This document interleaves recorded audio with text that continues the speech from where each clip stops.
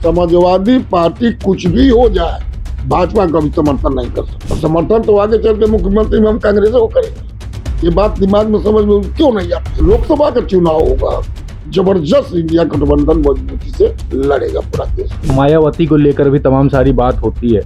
क्या लगता है आगे आने वाले समय में इंडिया अलायंस ज्वाइन करेंगी या नहीं? करना चाहिए उनको। सपा के जो भी जीतेगा विधायक वो तो कांग्रेस के मुख्यमंत्री का ही सपोर्ट करेगा, भाजपा को तो करेगा। इसमें उथल पुथल क्या है।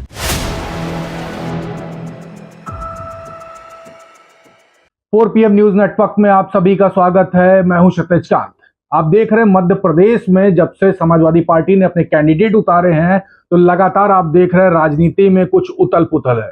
बीते दिन की बात करें तो एक बयान अखिलेश यादव जी का लगातार वायरल हो रहा है। उसमें साफ तौर से कांग्रेस के जो प्रदेश अध्यक्ष हैं अजय राय को टारगेट करते हुए दिखाई दे रहे हैं। लगातार राजनीतिक विश्लेषक जो हैं वो कह रहे हैं कहीं ना कहीं इंडिया अलायंस में फूट पड़ चुकी है और जो गठबंधन जो बनाया गया था 2024 के लोकसभा चुनाव के लिए कहीं ना कहीं आने वाले समय में वो स्टैंड नहीं करेगा। हमारे साथ इस समय बात करने के लिए राम गोविंद चौधरी जी हैं। इनसे हम बात करेंगे और जानेंगे जो गठबंधन को लेकर जो बातचीत चल रही है इस पर क्या कुछ कहेंगे।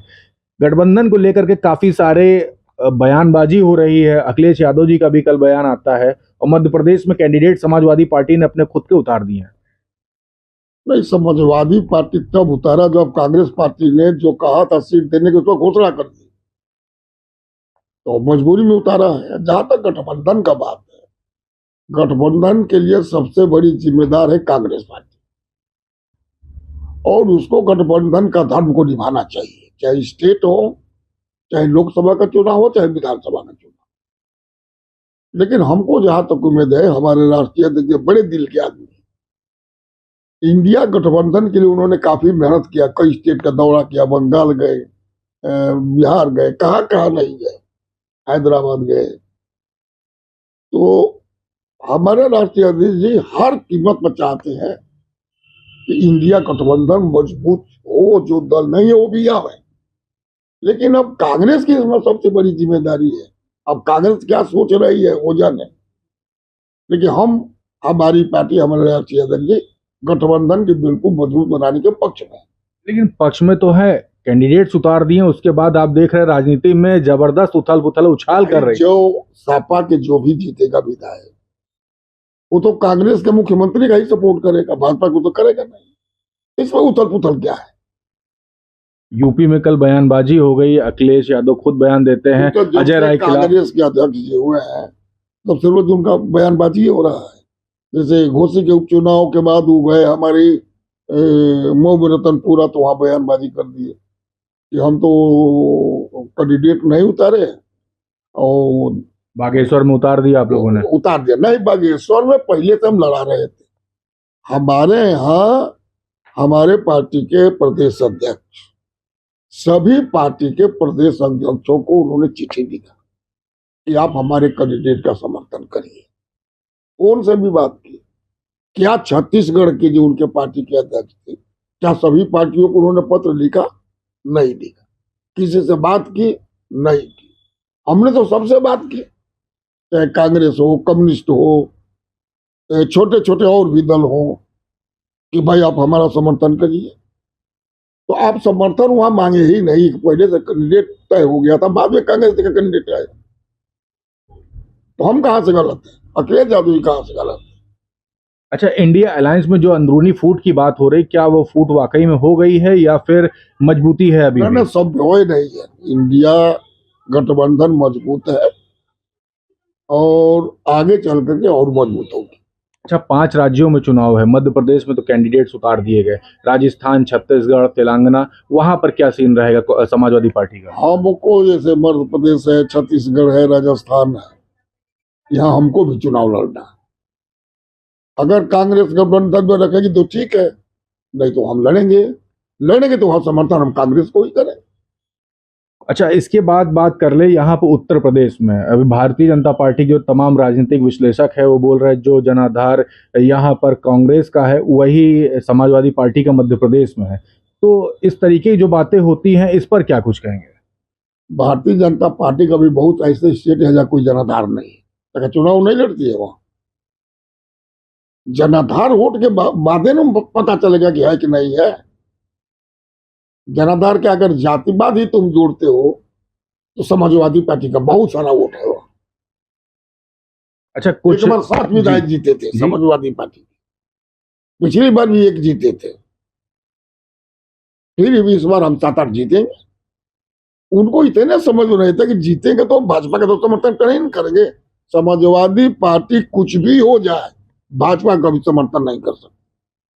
तो समर्थन तो आगे चल के मुख्यमंत्री में हम कांग्रेस को करेंगे। ये बात दिमाग में समझ में क्यों नहीं आती है। अच्छा, एक बात और कर ले, कई राजनीतिक विश्लेषक जो समाजवादी पार्टी के बारे में बातचीत करते हैं या कांग्रेस के बारे में बातचीत करते हैं, वो कह रहे हैं मध्य प्रदेश में आने वाले समय में आखिरी तक के ये भी हो सकता है कि गठबंधन हो जाए और समाजवादी पार्टी बैकफुट पे आए और कांग्रेस बैकफुट पे आए, आपस में गठबंधन करके सीट का बंटवारा हो जाए। तो अगर वो स्थिति आती है तो क्या कैंडिडेट्स अपने रोकेंगे आप लोग? अभी तो बात राष्ट्रीय अध्यक्ष जी बताएंगे। आप बड़े नेता है, काफी मंथन होता हो, काफी चर्चाओं में रहते भी हैं। नहीं, चर्चा होती है, लेकिन हमारे कैंडिडेट जीतेंगे। कांग्रेस का जो मुख्यमंत्री के कैंडिडेट होगा उसको समर्थन करेंगे। वहां समझौता होगा कि होगा, ये बड़ी बात नहीं है। लेकिन जो लोकसभा का चुनाव होगा, जबरदस्त इंडिया गठबंधन मजबूती से लड़ेगा पूरा देश। अच्छा, इंडिया अलायंस को लेकर के लगातार बात हो रही है। पब्लिक के बीच में एक चीज ये रहती है कि जो प्रधानमंत्री जो कैंडिडेट होगा या जो प्रधानमंत्री जो चेहरा होगा या प्रधानमंत्री जो बनेगा इंडिया अलायंस से, अगर इंडिया अलायंस अगर आ जाती है बहुमत से, तो वो किस पार्टी का चेहरा होगा, इस पर भी तो चर्चा होती होगी। नहीं, देखिए, ये तो इधर काम लोग बिगाड़ने की प्रधानमंत्री का चेहरा होना चाहिए, ये गलत बात है।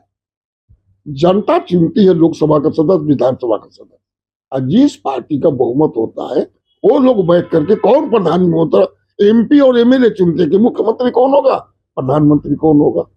हम पहले चेहरा कैसे डिक्लेयर कर देते हैं? ये तो ही समझ चला है थोड़े दिन से। जैसे जनता दल की सरकार बनी,